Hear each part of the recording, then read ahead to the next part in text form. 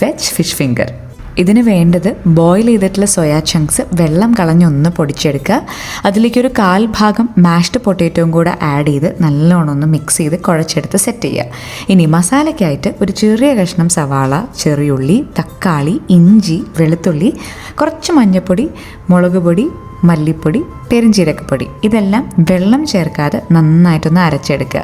ഇനി ഈ പേസ്റ്റിൻ്റെ കൂടെ കുറച്ച് ആവശ്യത്തിന് ഉപ്പും ലേശം പച്ചവെളിച്ചെണ്ണ ഒഴിച്ച് നല്ലോണം ഒന്ന് കുഴച്ചെടുത്ത് ആ മസാലയൊന്ന് പിടിക്കാൻ വേണ്ടി ഒരു അരമണിക്കൂർ ഫ്രിഡ്ജിലൊന്ന് അടച്ചു വയ്ക്കാം. ഇനി അതെടുത്ത് വീണ്ടും അതിൽ വാട്ടർ ചെയ്യുകയാണെങ്കിൽ കുറച്ച് കോൺഫ്ലവറും കൂടെ ആഡ് ചെയ്യാം.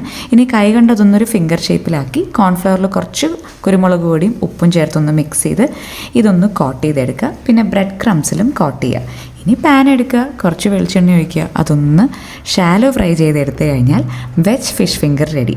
നല്ല സൂപ്പർ ടേസ്റ്റാണ്. അപ്പോൾ എല്ലാവരും ഒന്ന് ട്രൈ ചെയ്ത് നോക്കിക്കോളൂ ഈ